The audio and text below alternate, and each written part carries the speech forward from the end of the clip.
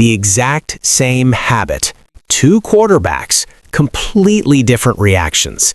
Ask yourself why. NFL fans are calling on the double standards with the media when it comes to Ty Simpson and Shedeur Sanders. Hit that like button, subscribe to the channel. I love football, and I want to make other people better. You know, when I come in a program, I'm program changing. You know, I don't just make, myself better, I make other people better. So if you draft me and you want me to be your franchise quarterback, I'm not just coming in to look after myself. I'm looking after the whole team and making sure that I leave it better than where I left it. Trying to change the franchise or the coach that don't get me. So you should know history repeats itself over and over and over, and I've done it over and over and over. So it should be no question why an NFL franchise should pick me. You think I'm worried about what critics say or what people gotta say? You know who my dad is? They hated on him too. So it's like it's almost normal. Without people hating, it's not normal for us.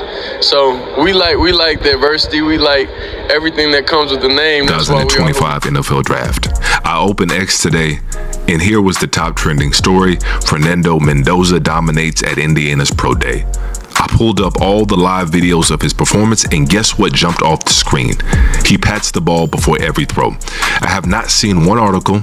I have not seen one quote from any anonymous GM.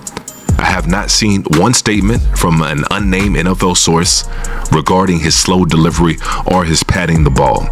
You folks are not ready to have the difficult conversation. Fernando Mendoza stepped onto that pro day field and did something that set the internet on fire just 1 year ago. But this time, nobody said a word.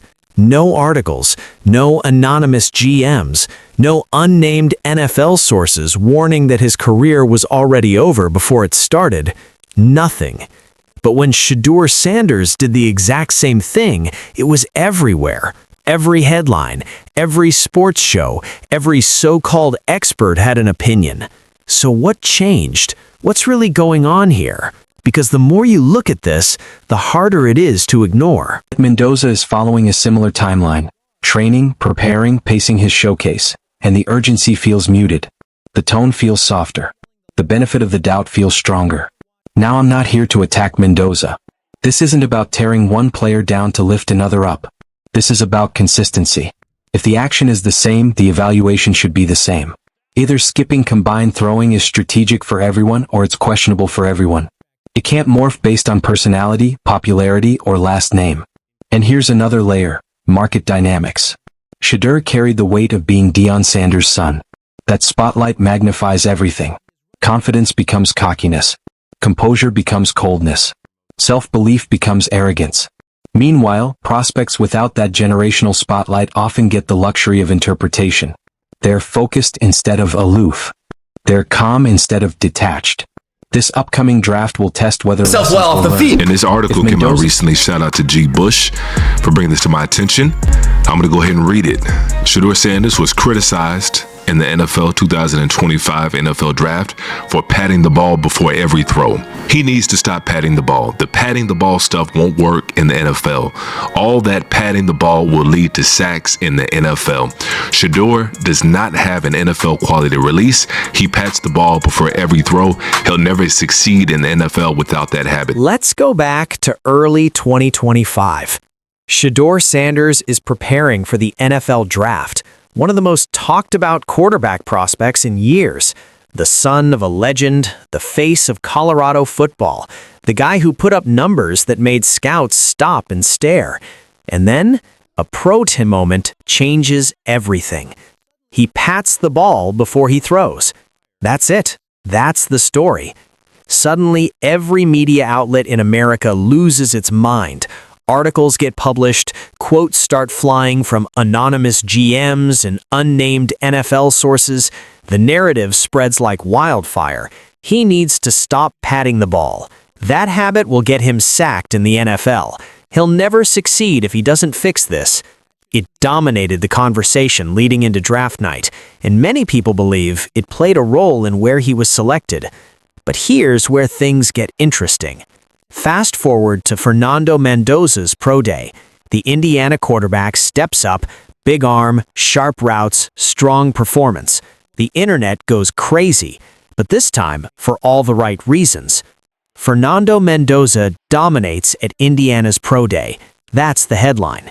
Someone goes back and watches every single clip from that day, every throw, every rep, and something jumps off the screen immediately. He's patting the ball too, before almost every single throw. So the question becomes, where are the articles? Where are the anonymous GMs? Where are the unnamed NFL sources calling his delivery slow and his release broken? Crickets.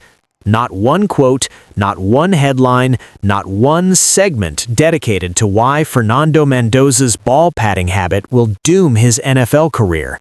And that silence, that is the story. So when Shedeur passes the ball when he throws, it's a problem. Mendoza does it, it's mechanics. Y'all know I'm about to let that slide. Pay very close attention to the double standards during this draft process with all the new quarterbacks versus Shedeur's process last year. Shedeur Sanders passed the ball. Slow releases.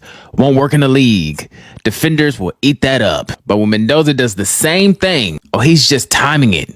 Rhythm passer, coachable, same habits, different narrative. Shedeur answers questions with confidence. He's cocky, too flashy, a distraction. Mendoza says the same type of stuff. Leader, composed, franchise mindset. So what are we really judging here? One thing about the draft last year that taught us is it's not about football. It's about perception. It's who are you comfortable believing in? Because if we're being honest, one QB gets dissected for every flaw while the other gets explained. One gets labeled, the other one gets protected. So I'll ask you this. Are we evaluating quarterbacks or are we picking favorites and calling it analysis? Let's talk about it. Absolutely, they made a big deal about that. Everybody that I grew up watching patted the ball. I don't care if it was Joe Montana. I don't care if it was Tom Brady. All the greats patted the ball. The pat really has nothing to do with it. It's your eyes. Your eyes are the big difference there. Now, not only Tom Brady, and as I told you on the text yesterday, a lot of the GOATs all pat the ball. I mean, John Elway is famous for doing this right here. He's got a ball. Over and over and over. Now, some people want to dismiss this. They say it's not that deep. They say the situations are different. They say Shedeur brought it on himself, that his fan base was too loud, too proud, too convinced he was the greatest thing to ever touch a football. And look, maybe there's something to that. When you have a massive following hyping your every move, the media is going to push back. That's how it works. But here's what's hard to argue with. Joe Montana patted the ball. Dan Marino, one of the pattiest quarterbacks to ever play the game. John Elway, famous for it. Tom Brady did it. Patrick Mahomes does it. Josh Allen sometimes pats the ball so many times on a single play, it looks like he's checking a heartbeat. And none of them, not one, had their entire draft stock questioned because of it. Because here's the truth about the pat. It's not a flaw. It's rhythm. It's a reset. When a quarterback sees a coverage he doesn't like, when he's about to throw and pulls back, that tap is his body recalibrating. It keeps the front shoulder in. It resets the upper body. The great ones use it as a weapon. They'll pat, look one way, and fire it somewhere completely different. They manipulate defenders with it.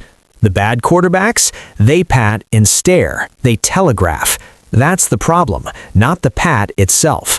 So when the media went after Shedeur for that habit, they weren't just wrong, they were selectively wrong, and that's a very different thing. Now, some voices in Cleveland media had their own take on all of this, and it wasn't exactly empathetic. Basically, the message was, stop complaining. You were a fifth-round pick. You didn't handle things well. You have an incredible opportunity now. Be grateful. Don't look at what other guys are getting. Focus on yourself. Shut up and dribble. And here's the thing. On the surface, some of that sounds reasonable. Nobody disputes that Shedeur has an amazing opportunity in front of him. Nobody disputes that performing well now matters more than relitigating draft night. But telling people not to notice a double standard, that's a different conversation entirely. Because this isn't just about one player. This isn't just about one draft. This is about a pattern that people have seen their entire lives. It's not good enough to be just as good. You have to be twice as good. And even then, sometimes it still isn't enough. That's what makes this moment so powerful. Mendoza's pro day didn't expose Shedeur Sanders. It exposed the system. It held up a mirror and forced people to look directly at something uncomfortable. So I'm glad that a lot of people are exposing some of the double standards when it comes to Shedeur Sanders and how other quarterbacks of a different background are treated. And this is something that's a constant, but it's something that's highlighted a little bit more because of Shedeur Sanders' magnitude. And so it's on full display. And I don't mind because it's a good learning lesson, especially for the young people, on the realities of how things work. But that's my take on it, at least. I would love to get y'all's feedback in the comment section. And the analysts who covered both, one of them straight up admitted it. Yeah, they made way too big a deal out of Shedeur patting the ball. It probably didn't mean what they said it meant. And every quarterback they grew up watching, Montana, Brady, Elway, Marino, all of them did the same thing. That admission matters because it means the narrative wasn't built on football. It was built on something else. And enough people saw it clearly enough that it went viral, that it sparked his conversation, that it's still being talked about right now. Shedeur Sanders has everything to prove this season. And if he goes out there and performs, really performs, none of those old headlines will matter. But the conversation they started, that doesn't go away. Because the next black quarterback coming out of college is going to face the same microscope, and the one after that, and the one after that, until enough people call it out loudly enough and consistently enough that the standard finally becomes the same for everyone. That's the real game being played here, and now you've seen it. So the next time you hear an analyst tearing apart a young quarterback's mechanics over something every legend in history has done, ask yourself one question. Would they be saying this about someone else? Because sometimes the most important play isn't on the field. It's in the narrative. And if this opened your eyes even a little bit, if you want to stay in the conversation, go ahead and hit that subscribe button because there's a lot more where this came from. Peace and chaos.